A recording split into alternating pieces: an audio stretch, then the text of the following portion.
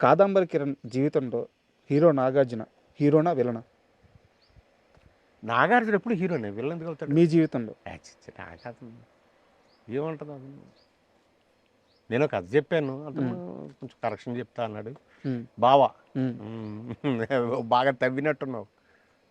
బావా ఎలవబుల్ man only Nagarjuna, అది title. అప్పుడు కథ చెప్పడానికి కొన్నాళ్ళు తిరిగాం. తర్వాత వాళ్ళ ఇంట్లో కథ చెప్పింది ముగ్గురు డైరెక్టర్లే ఆ రోజుకి. నేను అనుకోవటం నాకు విన్నది రాము గారు, అదే రాము రాఘవేంద్ర గారు, నేనే అని. ఏదో కరెక్షన్ చెప్పాడు, ఆ కరెక్షన్ అవ్వలేదు. ఆ తర్వాత అతను వినటానికి అవ్వాల, అంతే తప్ప అతను వెళ్ళడం ఎందుకు అవుతాడు. అతను తర్వాత వెరీ రీసెంట్గా నాసామి రంగాన్ని సినిమా చేశాను. అవును, విజయ్ బిన్ని డైరెక్టర్. వస్తున్నాడు, చూడగానే ఎంత ఫ్రెష్గా ఉన్నావు కిరణ్, నువ్వేంది ఎప్పుడు కాదంబరు, నువ్వు ఏంటిది అన్నాడు. అవును, నేను అప్పటి నుంచి ఇలా ఉన్నా, నేను నాగేశ్వరరావు శిష్యుడిని అన్న. సూపర్ ఉంది టైమింగ్. నాగేశ్వరరావు శిష్యుడిని నేను. ఇలాంటి నేను అసలు నేను చాలామంది కమెడియన్స్ వాళ్ళు ఆర్టిస్టులు చూస్తున్నాను, వాళ్ళంతా బోల్డ్ చేంజ్ అయిపోయారు, ఏంటి ఇంత ఫిట్గా ఉన్నావు. అలాగే రామ్ చరణ్ కూడా శంకర్ గారి సినిమా గేమ్ చేంజర్, అక్కడ అవుట్డోర్లో ఉన్నాం పంజాబ్ దగ్గర. అక్కడ సడన్గా చూస్తారు, సార్ ఏంటి సార్ మీరు ఏంటి అంత ఫిట్గా ఉన్నారు ఏంటి అంత అలా అబ్బాయి.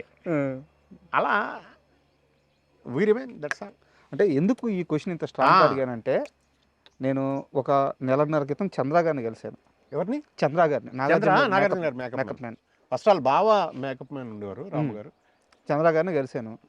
చంద్ర గారు మీ గురించి నాకు చెప్పింది ఏంటంటే, మీరు నాగార్జున గారిని కలవడానికి సెట్లో చెట్ల కింద, పొట్ల కింద, గోడల మీద గంటలు గంటలు ఎన్ని సంవత్సరాలు ఎదురు చూశారు, ఎంత కష్టపడ్డారు, ఎంత ఓపిక్గా అలాగే నిలబడి ఉండేవాళ్ళు నాకు తెలుసు. అయినా కానీ మీరు అనుకున్న పని జరగలేదు, అది జరగదు అన్న క్లారిటీ కూడా మీకు ఈ రోజుకి రాలేదు. సో నేను అందుకని ఆ క్వశ్చన్. గోపి అనో పిల్లడు ఉండేవాడు, వాడు యాక్సిడెంట్లో చచ్చిపోయాడు. నాగార్జున గారికి పర్సనల్ బాయ్లా ఉండేవాడు. ఈ చంద్రేమో రాముగారు బామ్మర్దేదో. రాముగారు మెయిన్ మేకప్ మ్యాన్ ఉండేవారు మాకు తెలుసు మా చిన్నప్పుడు. మేము కృష్ణరాజు గారు ఫాలోవర్స్. ఎవరు? రాము గారు ఫాదర్, రామ్ గోపాల్ గారు ఫాదర్ కృష్ణరాజు గారు. ఆయన ద్వారా నేను నాగేశ్వరరావు ఫ్యాన్గా. తో నేను అక్కడ కనపడి చంద్రకి గోపికి కనపడి పలానా చోట నేను ఉంటాను అని బాబు కనపడి వెళ్ళిపోయేవాడిని. అంటే నేను వచ్చినట్టు అతనికి రిజిస్టర్ చేసి దాక్కునేవాడిని. అదే వెళ్ళి సెట్లో ఉండలేం కదా, అందులో పొజిషన్ లేనప్పుడు అసలు ఉండకూడదు. ఎక్కడ ఉంటే పాపం అతను కాదు, అరే కాదంబరి వచ్చారు ఎక్కడ ఉన్నాడు చూడండి అన్నప్పుడు గోపి చంద్రకి చెప్తే చంద్ర పంపించేవాడు నా దగ్గరికి. ఈ లోపల నాకు అక్కడ కాఫీ రావటం, ఏదైనా టైం పాస్ అలా చాలా కాలం ఉన్న తర్వాత చెప్పాను చివరి కథ నాగార్జునకి చెప్పాను. ఆయన విన్నాడు. కొంత ఏదో ఒక 2 సీన్లు ఏదో 3 సీన్లు ఏదో కరెక్షన్ చెప్పాడు, అంతే. అదంతా గతం. అంటే సార్ ఇది మీతో కలిసినప్పుడు అలాంటి విషయాలు లోడకపోతే ఒక యాంకర్ గానో జర్నలిస్ట్ గానో సాటిస్ఫాక్షన్ ఉండదు. నా దగ్గర ఇంకా దీని మీద ఇంకో క్వశ్చన్ ఉంది. నాగార్జున గారు మీతో సినిమా చేయడానికి ఒకానొక సమయంలో ఆల్మోస్ట్ రెడీ అయిపోయి పబ్లిక్గా అనౌన్స్ చేశారు. కానీ నాగార్జున గారికి అతిపెద్ద హిట్లు ఇచ్చిన ఒక స్టార్ డైరెక్టర్ ఆపాడు. నిజమా అబద్ధం? నాకు పేరు చెప్పొద్దు, నిజమా అబద్ధం చెప్పండి.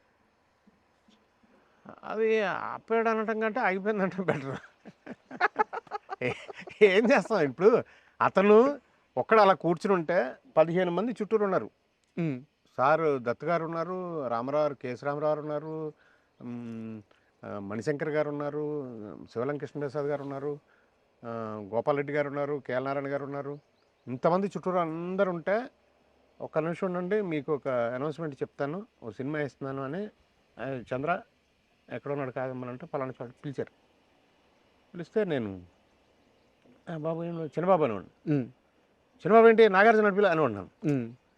మాకేంటి చిన్నబాబు అని నాశరాలు ఎలా పిలుస్తారు అలాగా అలా ఉండేది.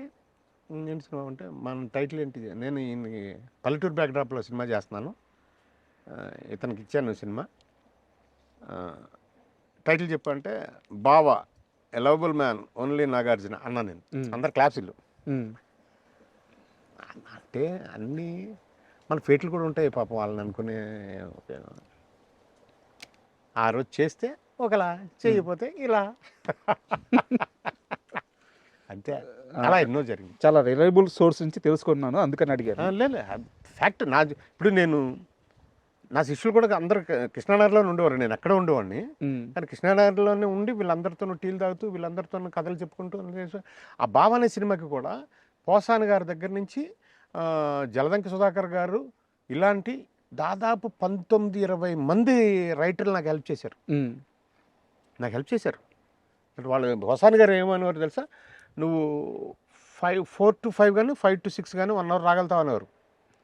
పోసాని దగ్గరికి వెళ్ళిపోయాను. నాకు అంటే స్నేహితులు వీళ్ళంతా సార్. వెళ్ళిపోయి అన్న ఈ సీన్ ఇలా అనుకుంటున్నాను, ఇలా దాన్ని కరెక్షన్ చేసి దీని తర్వాత ఇలా చేయాలి ఇలా చెప్పారు. ఆదిత్య గారని చనిపోయారు, ఆయన బాలచంద్ర గారి శిష్యుడు, డైరెక్టర్ కూడా. ఈ ప్రశ్నకు బదులేదు ఇలాంటి సినిమాలు ఆయన దగ్గర కూడా వెళ్ళిపోయాడు. ఆయన ఈవినింగ్ టైమ్స్ ఇచ్చేవారు నాకు, 5 to 6 కానీ 7 to 8. ఎంతోమంది రైటర్స్ అలా కూర్చొని కాబోయే డైరెక్టర్లు అయితే దెబ్బతిన్న డైరెక్టర్లు, లేకపోతే నా స్నేహితులైన డైరెక్టర్లు, మన దేవిప్రసాద్ కానీ అల్లాన్ శ్రీధర్ కానీ, శ్యామ్ అనే పిల్లడు చచ్చిపోయాడు డైరెక్టర్గా కూడా అతను కానీ, కత్తి అనే సినిమా తీశాడు మళ్ళీ ఆయన కానీ, వీళ్ళందరూ స్నేహితులు నాకు. వాళ్ళందరితోనూ డిస్కషన్లో ఉండేవాడిని. యోగి, ఎంతోమంది. ఆ కథకి అప్పట్లో 3-4 కథలు చేసుకున్నా. ఆ 4 కథలకి వాళ్ళందరి సహకారం. మరుదురాజా గారు కానీ, మరుదురాజా గారితో ఒక కథ చేసి ఒక హీరోయిన్, 9 మంది కమెడియన్స్, రమకృష్ణ గారు ఎక్కడికో వెళ్ళి కథ చెప్పాం. ఒంగోలు ఎక్కడికి వెళ్ళాం, అక్కడికి వెళ్ళి కథ చెప్పొచ్చాను నేను, భరణి గారు, ఆయన మన మరుదురాజా గారు, ఆవిడతో చేయాలి. అప్పుడే పెళ్ళి ఉన్నాయి. అప్పటికి వాళ్ళకి నేను వాళ్ళ ఫ్యామిలీ, వాళ్ళ ఫాదరు, మదరు, వాళ్ళ సిస్టర్ వాళ్ళందరూ కూడా బాగా అభిమానించేవారు నన్ను సార్. రమకృష్ణ గారు వాళ్ళు, అలాగే సౌందర్య గారు బ్రదర్ అమరు, వాళ్ళిద్దరి దగ్గర కూడా బాగా దగ్గరగా ఉండేవాడిని సార్. ఏంటో అవన్నీ కుదరలేదు, ఎందుకో చాలా ప్రయత్నాలు చేశారు. తెలుసు, మీ ప్రయాణం అంతా తెలుసుకొని వచ్చాను సార్. చేశారు, చాలా ప్రయత్నాలు చేశారు. అలాగే బాబు మోహన్ గారి కొడుకుతో కూడా, బాబు మోహన్ గారి అబ్బాయితో కూడా సినిమా అనుకున్నాం, ఆయనతో తిరిగాను. మన బ్రహ్మానందం గారితో సినిమా అనుకున్నాం, సిటీ లైట్స్ సైలెంట్ మూవీ అనుకున్నాం. ఎందుకంటే నేను సైలెంట్ది ఒకటి పూరి స్క్రిప్ట్ చేశాడు, ఇద్దరు స్క్రిప్ట్ చేసాం. మాటలు అతను అదే స్క్రీన్ ప్లే అతను చేశాడు, నేను డైరెక్ట్ చేశా. ఒకటి బడి తాతాజీ అని చనిపోయాడు ఒక ఆర్టిస్ట్, అతనితోటి సైలెంట్ 45 minutes టెలిఫిల్మ్ చేసాం. చాలా పెద్ద పేరు అప్పుడు అది. ఆ ఉదయం అని ఒక వ్యక్తి చనిపోతాడు అనమాట, కోమాలోకి వెళ్ళిపోయి 70 సంవత్సరాల తర్వాత లేస్తాడు. ఓకే, లేచిన తర్వాత ఎలా ఉంటుంది అప్పుడు పరిస్థితి అని, అది బాగా అంటే ఇక్కడ ఏదో శ్మశానం ఉండేది కదండి, ఇప్పుడు లేదండి, అంత డెడ్ బాడీలు అంతా కూడా అలా కాల్చి బూడిద పంపిస్తుంటారు.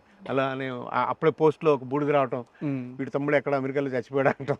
దీంట్లో 1 minute ఎలా వచ్చిందంటే ఇప్పుడు అంతే బటన్ నొక్కితే వచ్చేస్తున్నాయని ఏంటంటో రాసాం. ఏంటో ఫ్యూచర్ ఎలా ఉంటుంది అని అప్రోచ్ అయితే ఉంది సార్, కానీ ఎందుకో చాలా వరకు మెటీరియలైజ్ అవ్వలేదు. నాయుడు గారు నాకు సూపర్ బ్రదర్స్ అవును అనౌన్స్ చేశారు, ఆయనే చేశారు. నాయుడు గారి స్టూడియోలో అప్పుడు నేను డైరెక్ట్ చేసిన సినిమా కుర్రాల రాజ్యం షూటింగ్ చేస్తుంటే ఒక సెట్ వేసాం. ఆ సెట్లో చేస్తుంటే ఆయన వచ్చి, నీకు సినిమా ఇస్తున్నాను, తొందరగా ఇది ఫినిష్ చేసుకుని వచ్చేసాయి అని ఆయన టైటిల్ చెప్పారు. Super heroes, super brothers. అప్పుడు కుదరలేదు. అంటే తర్వాత ఎలమంచల సాయిబాబు గారు సార్, ఆయన్ని తెలుసుకోవాలి అసలు. ఆయన ఆఫీసు ఒకటి ఓపెన్ చేసి డైరెక్టర్స్ రూమ్ అని, నా రూమ్లో డైరెక్టర్స్ స్పెషల్ అని ఆ రూమ్ పెట్టి ప్రతి ఒక్కటి ఫారెన్ నుంచి తెప్పించిన పెన్ను, ప్యాడ్, పేపర్, ఇంకోటి చైర్ అంత బాగా చేశాడు ఎలమంచల సాయిబాబు. మీకు 5,000 అడ్వాన్స్ ఇచ్చింది ఆయన? 50,000 సారీ 5,000 ఇచ్చింది sunrise movies. Okay, Suresh Kumar అన్న. ఓకే ఈయన 50,000 ఇచ్చారు ఆ రోజు. ఇంకొక ఆయన ఒక 50,000 ఇచ్చారు, కానీ ఆ చెక్ ఇచ్చారు, అది అవ్వలేదు. ఆ చెక్ ఇప్పటికీ అలాగ ఉంది. రాజ్ కుమార్ అని చనిపోయారు ఆయన. అండ్ చిరంజీవి గారి విషయానికి వస్తే, నా దగ్గర ఒకటే ఒక క్వశ్చన్ ఉంది. అది కూడా మీరు మాట్లాడిన ప్రస్తావనే, మీరు తీసుకొచ్చిన ప్రస్తావనే వేరే ఇంటర్వ్యూలో. అదే స్ట్రైట్గా అడుగుతాను. చిరంజీవి గారికి, కాదంబరి కిరణ్ గారికి ఇప్పుడు టర్మ్స్ ఎలా ఉన్నాయి? టర్మ్స్ అంటే బాబు, ఆయన మన అన్నయ్య అంతే. సరే అన్నయ్య, ఇప్పుడు ఈ రోజు వెళ్ళి మీరు ఆయన కలవగలరా? కలుస్తాను. చిరంజీవి గారితో నాకు ఒక మంచి అసోసియేషన్ ఉన్నప్పుడు ఆయన పక్కన ఉండే కొందరు వ్యక్తులు నా మీద లేనిపోనిది ఒకటి ఏదో క్రియేట్ చేసి చెప్పారు. ఇది మీరు అన్నమాట. నేను చెప్పనా, చిరంజీవి గారు రోడ్ నెంబర్ 45లో కార్ స్టార్ట్ అయితే ఫిలింనగర్లో లేచి నిలబడే జీవి నేను. ఓకే, సో ఆయన గురించి ఆయన ఎప్పుడు బాగుండాలి, మన పెద్దగానే ఉండాలి, మన అన్నగానే ఉండాలి, అంతే. లేదు, మీరు అభిమానే సార్, నేను అభిమానే సార్. చిరంజీవి గారికి అభిమాని కాని వాళ్ళు అభిమాని కాదు, నేను తమ్ముడిని. అది ఓకే. నేను అనేది